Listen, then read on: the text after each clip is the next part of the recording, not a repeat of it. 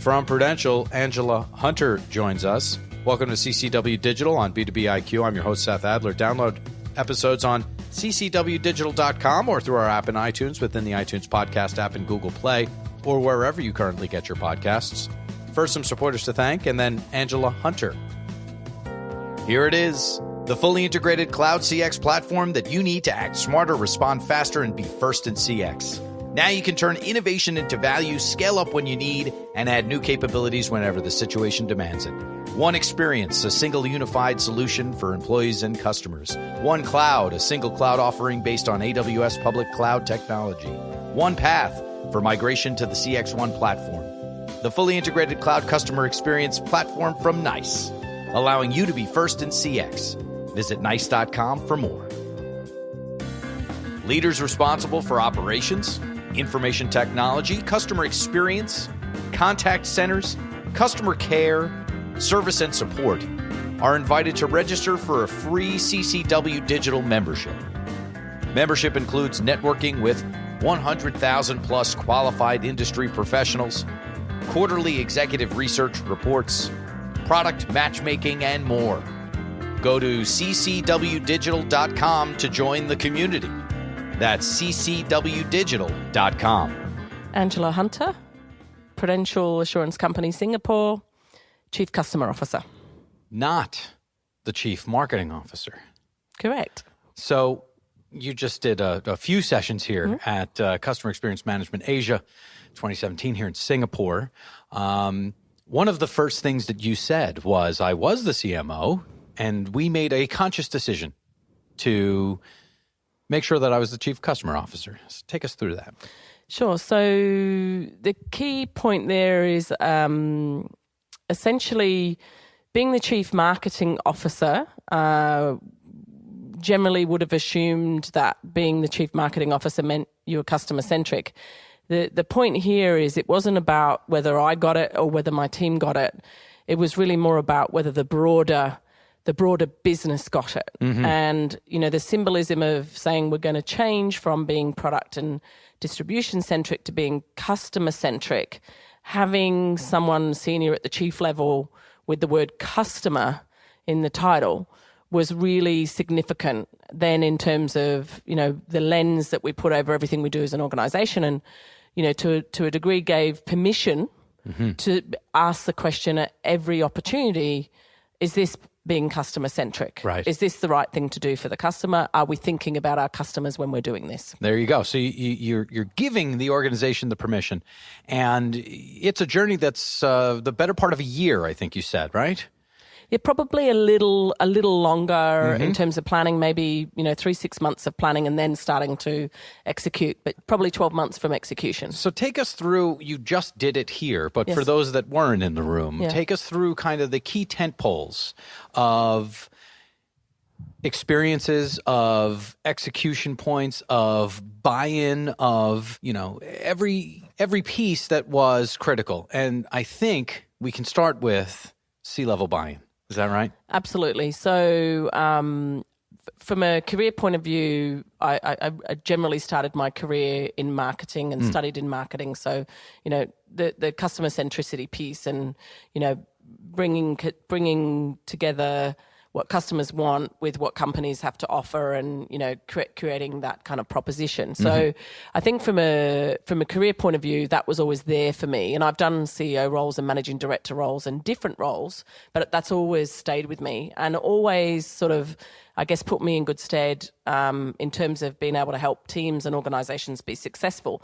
So coming into Prudential as the Chief Marketing Officer, and, the focus was very much on sort of product and how we support the distribution to kind of sell more, was an interesting, kind of shift. And then so really then looking at the opportunity within the organization. And, I was probably there a good 6 or 7 months before the new CEO came on board. And so with the right person at the C-level who gets it, regardless of whether they get it straight away or whether you have to educate them, the ability to tell the story, why it's important and what it's going to do for the organization and create a sense of excitement about it. So the important two things there, one is whether it's a burning platform or why do we need to change what we're doing. That's probably a key. So there's always, businesses are always looking to grow, whether it's, focus on share price, whether it's focus on growth, whether it's focus on profitability. There's always some opportunity there. So if you can link the business opportunity to why, being more customer centric is important. So there's the support of the executive team, including the CFO and the CEO. Of course. How did you do that, though, with those two executives? What was it? What was that magic kind of bean? So I think the magic bean is being able to link the being more customer-centric with specific initiatives and then specific metrics, if you like, of commercial that are going to turn into money. I mean, at the end of the day, those are the things that are going to get you there. Yeah. What specifics can you give us as far as, what dashboard you were providing back to the CEO, CFO? So in terms of telling the story, because the story was more about trying to get investment at the start. So, there's a bit of I'm going to be asking for money, and some of the investments, which are, we'll call table stake investments, are reasonably large when we're talking about the technology to support some of this. And therefore, you're not going to see a return on it in 3 months' time. So the importance of being able to walk the story and people to be able to see what this is going to do and how this is going to change. Yeah. There's a piece of leap of faith here. There is. There's no question about that. And so a CEO that you don't have to explain what customer-centric means, who may have worked in other organizations that has seen it before and kind of gets it. Yeah. I mean, that does help a lot. But being able to show some quick wins, being able to demonstrate this is what happens when you listen to customers. This is what happens when you build propositions based on feedback that customers gave us about how to design it and show the difference that makes to your business. So, yeah. Being truthful about the timeline, giving them, though, quick wins, and you're off and running. Yeah. What about the, kind of other side of the equation, the folks that are reporting up into you? When did you realize along your journey that you had them? It's an interesting one. So I think there was some element of working on what we needed to do as an organization to become customer-centric and identifying some of the gaps that we had in capability. Such as? So, being more customer-centric means you need to be able to map customer journeys. Being more customer-centric means you need to implement new measurement systems and not just focus on an annual survey. Being more customer-centric means that you need to understand how you can implement segmentation and lifecycle management. And we didn't have anyone in the company that had those skills. Interesting. So identifying that is a skill and that you need people that are experienced to do it. Some of it, we brought in short-term consultants who had specific expertise whilst we recruited, and we specifically went and found people who had done it before in other industries, not life insurance. Interesting. And then, the point there is accelerating the quick wins. So I didn't wait 6 months until I had my full team on board to be able to get some quick wins. Yeah. Now, that was actually quite challenging for the existing team, right, in terms of saying, why do you need to bring all these new people in? And, there's involving them in the projects and letting them see it for themselves. You don't know what you don't know. Right. Demonstrating what's missing type of thing. Yeah. Here's what we do know. Here's what we do have. Here's what we don't have. And that's the box we're trying to fill. Exactly. You kind of took a poll and you said, how many of you are doing journey mapping? And I don't know if it's a shy audience, but not every hand went up. Were you surprised by that? No, actually, no. I think I picked about 30% of the room maybe put their hands up. Yeah. I guess being customer-centric, it means different things to different people. Okay. Journey mapping, I think is a great way of engaging the whole organization in almost putting a bit of a mirror to your organization as to how well you deliver that experience across all the touch points. And I guess some organizations may have done it 5 years ago, and so they're not doing it. So I know some of the banks, for example, maybe some of the retail organizations, may have done it 5 years ago. Been there, done that. Potentially. Right. I was interested recently. I went to a conference in New York, which was the Forrester Global CX conference. And they do like a survey every year and about what they call it the CX maturity model, about where you are. Okay. And this is sort of, global across lots of industries. And I think, essentially the poll was talking about that people are working on all of these, what you'd call basic, doing the journey mapping, getting the measurement systems, etc. But the couple of things that they were struggling with, and this is globally, is two things. One is One is being able to demonstrate the ROI, and therefore successfully get people to invest in it. Okay. Whether that's resource or whether that's technology or whatever, or bringing specialists in, whatever it is. And the second one was really culture and embedding it so that it's not just the customer team or the marketing team being the customer champion, but having the culture of the organization be customer centric. And you talked earlier about the fact that you were embedding this culture and, making sure to bring everybody along the way. And this is why the new folks are coming in. What about the ROI piece? When were you able to kind of show not only the team, but more importantly, the CEO, CFO, hey, here's some actual bigger wins. Here are some longer term wins as opposed to those quick wins at the beginning? Yeah. So to be honest with you, probably only in the last 3 to 4 months where we've now built a 3-year roadmap with very specific if you like, targets across a number of metrics in terms of what the customer-centric, the programs and the deliverables and the investments are going to deliver over what period of time. There was a bit of a, leap of faith and asking for a leap of faith to say we just have to do this. Yeah. And we just have to make sure we have, data warehouse and CRM and, make our business more digital. Once we agree that those are the right investments, then I can show you how that's going to deliver ROI to the organization. For the right CEO, as you mentioned, a leap of faith, you can get that person to have that leap of faith or to do that leap of faith. More difficult for a CFO to take a leap of faith. Yeah. Yeah. No. Definitely. I think again, it's about. If you're talking the language, because most people, when you sit and you talk about, does it make sense? Does it make sense to do it this way? Does it make sense to look at this? Does it make sense to look at that? They'll say, yes, of course it makes sense. Okay, so then why wouldn't we invest in that? Right. And so there's the risk. The risk is, what if it doesn't work? What if you don't deliver? And so again, the great thing about technology, the great thing about, things like using agile in terms of whether it's product development, the great thing about, using test and learn is that you can actually, take pieces, demonstrate the value of that investment, and then get more. Yeah. So that's probably the way you deal with that. Yeah, and you mentioned risk. There's also, of course, the risk of not doing it. Here's what happens if we don't do it. Totally, absolutely spot on. And I guess that always brings you back to why the burning platform. Why are we talking about this in the first place? Yeah.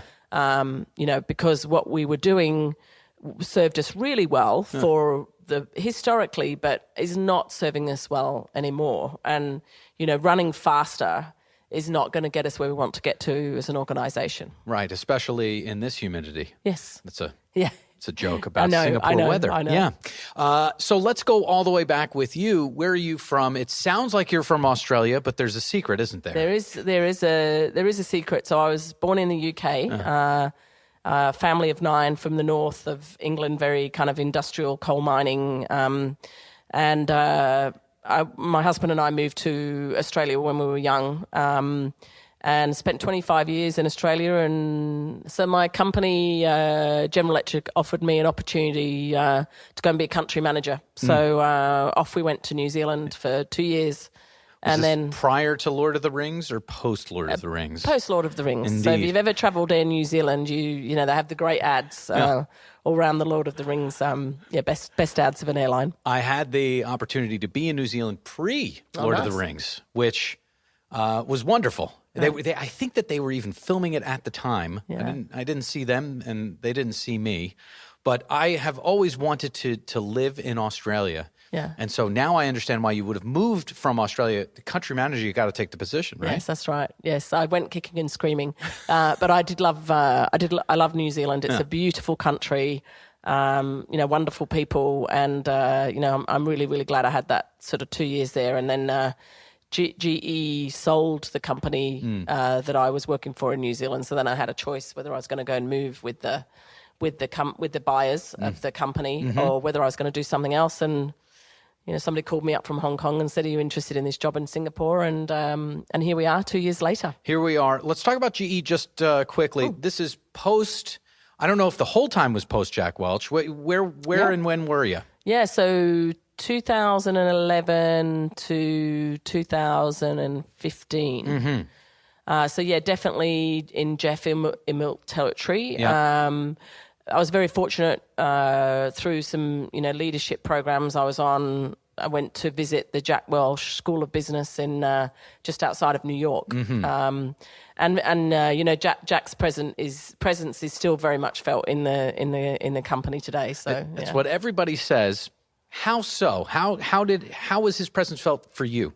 I think from creating the leadership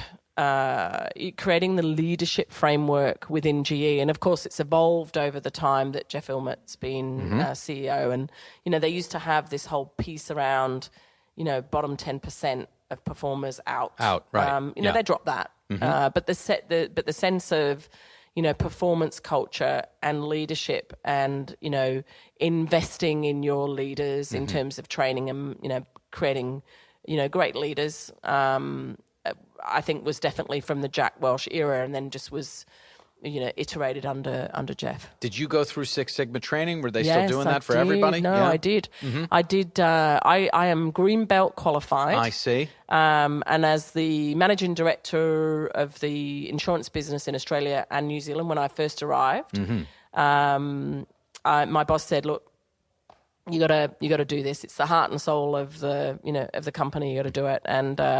And I actually worked on a claims project, and we used to kind of process claims, average claim days of 42 days. Okay. And basically this project and the methodologies essentially ended up putting all the claims online, and the average claims went from 42 days to 3 days. Look at us saving all sorts of money. Exactly. Right? And better customer experience as well. Of course. Which leads me to the question of, now at Prudential, how are you bringing that kind of Six Sigma thinking to what you're doing every day? Yeah, it's interesting because I think Six Sigma has evolved into a couple of things that I'm now seeing. One is there's a gentleman in GE started this. I'm not sure if you've read anything about the transformation that GE has undergone. Reese, becoming, right? Eric Reese. Yep. He started with the Lean Startup book. So we all went on the Lean Startup training, even when I was there. And since then, that's evolved, and he's been involved in the organization and, turning them into an agile company. So there's, what I see, so there's a little bit of that lean moving from the green belt, black belt training now into how does that move into product and process design, right? And minimum viable product, iterating more agile ways of sort of working, and proactive versus reactive, essentially. Yeah. And I mentioned it before. The closest thing I'm seeing now is this thing called human-centered design. Which is exactly the same principles. If I think about my early days in GE when we did the claims project, was all about mapping the process of what happens when a customer lodges a claim, right the way through to when we pay the claim, and looking at the what happens to the process flow, and then what are those steps are necessary, not necessarily. There were three categories: the value add, value enabling, and non-value add, and then you kind of remove all the non-value add stuff and you end up with this new lean process. Right. So human-centered design, which a lot of people in customer, who are trying to do customer transformations are talking about, is the new, in my view, is the new sort of lean or the new kind of process improvement. So definitely using that with all of the, the journey mapping, process improvement projects that we're working on within Prudential. Let's go ahead and put the human in the middle of it and work from there type of thing. Exactly. All right. Yeah. We don't have a ton of time with you, sadly. No. And so I'm going to already ask you the 3 final questions. Sure. I'll tell you what they are, and then I'll ask you them in order. Great. What has most surprised you at work along the way? What has most surprised you in life? And then on the soundtrack of your life, 1 track, 1 song. That's got to be on there. But first things first. Okay. What's most surprised you at work along the way? What's more surprised me at work, I think it is this learning over time for experience, and I'm not sure at what point in the last couple of years this has dawned on me, but regardless of what country you're in, regardless of what culture you're in, people are fundamentally humans. Sure. And understanding. Still. Yeah, exactly. what kind of makes people tick, and it really came to life with me when we tried a concept from a work perspective, which was it was an experiment of having real people used in our brand campaign, and the experiment was to stare at each other for 4 minutes. That sounds uncomfortable. No devices, no nothing. That sounns very uncomfortable, seriously. Exactly. Yeah. And so the ad agency showed us this concept that had been used in America, many years ago. And the Singaporeans in the room said this will never work in Singapore. Yeah. Singaporeans do not show emotion. Right. And so we went with this because we believed in it. We believed that fundamentally humans are humans, and we can't, regardless of where you are in the world. And so we went with it, and we signed up real life brothers, sisters, dads and daughters, and we did this experiment with the staring experiment. And, it was very emotional. But the point was really to show how, technology was meant to enable us in our lives, but we've kind of allowed it to take over the real connections. Yeah. So it's meant to help us connect with people that are not here, not disconnect with people that are here. Yeah. And that was really the point of it, that, relationships are important. Relationships are precious. Yeah. Protect them, invest in them. Yeah. And then obviously there's a nice link to what we do as an organization, which is helping you protect your family. Yeah. So I must say it was a surprise, but yeah, just probably more of a reinforcement. Yeah, fair enough. Because I had it in my mind, I was convinced that, I'd got it wrong, and, Singaporeans don't show emotion. Right. And then just, going on that journey with the experiment, just demonstrated absolutely we're all the same in here. Absolutely. Thank goodness. Yeah. Right. I wonder though how you said it was emotional. You said it was emotional twice. Very emotional. Yeah. How did that make itself apparent? So when you have, I guess, 2 individuals that clearly have a connection, and there's no stimulus, phones, no speaking, and you're facing the other person. This is a family member, no matter what, right? Yeah. But I've even seen it because we did them at work. We did it at work, and we did it with some of our agency as well. Not to the same degree. Okay. But essentially, when you force someone to look at another person with no stimulus, you look at the other person, and the only thing you can think about is your experience with that person. Indeed. And so when you do that for 4 minutes, then people start thinking about, have they invested time?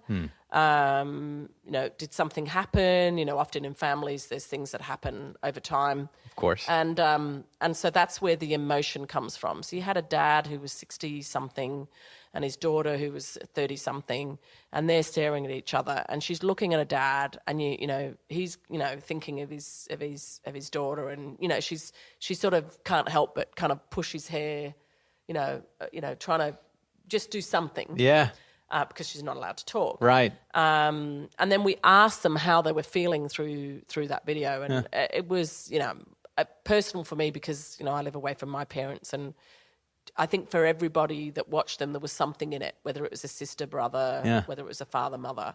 But the social media response we got to this was phenomenal because everybody has a story. Yeah. So watching somebody else's story and someone else's emotional connection also triggered people to think about their own relationships that were important and wanting to tell other people stories about that and wanting to share, and then other people commented on it. So we ended up, this thing went viral. We had like 25 million views worldwide of these videos. Great. But that wasn't the important thing. The important thing was people wanting to connect with each other and basic tell the connectivity. Stories. Yeah. How great is that? Yeah. Well, how are you going to beat that with what's most surprised you in life? Because that's a pretty big one for work, right? Surprised me in life.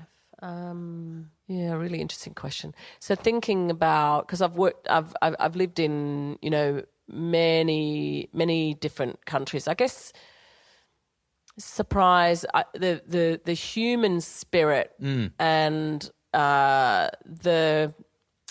the ability for people, when times are tough to kind of really, want to help each other, I guess, regardless of, how well they know you or whether you're in different countries. When I was in New Zealand, amazing people, the spirit of wanting to help each other. And I found that in Singapore, the community, the Singaporeans have an amazing capability around wanting to give back to the community. So that, it's very humbling. So I think I've found that in most places I've gone where you want that to be how the world is, but you hear so much negativity from the media. Certainly. And, it's kind of nice to find that. And I've been very fortunate just to find that willingness of people to accept other people that are not from their own country, and willingness to, really, really want to kind of help and be involved in the community. Yeah. Still there. You just have to know where to find it. Yeah, and it feels like you've lived life a little bit, right? Actually, you know what I mean? On the soundtrack of your life, Angela, one track, one song that's got to be on there. One song, one track that's got to be in there. My husband's going to kill me for this. I'm a huge Adele fan. Okay. Well, there's nothing wrong with that. No, I know. And I love the track. There's so many tracks of hers I like. Sure. I love the track Someone Like You. And my husband's going to say, I can't believe you chose that song of all the songs you chose. So I have many, many favorites, but that's the one that kind of comes to mind. And we should dedicate it to him while we're at it, right? Yeah, absolutely. There you go. Yeah, and then absolutely. take that, Angela's husband. Exactly. Right? He's going to be good. Oh, my goodness. This has been a pleasure. Thank you. All right. We'll see you down the line. Thank you very much. And there you have Angela Hunter. Very much appreciate her time. Very much appreciate yours. Stay tuned.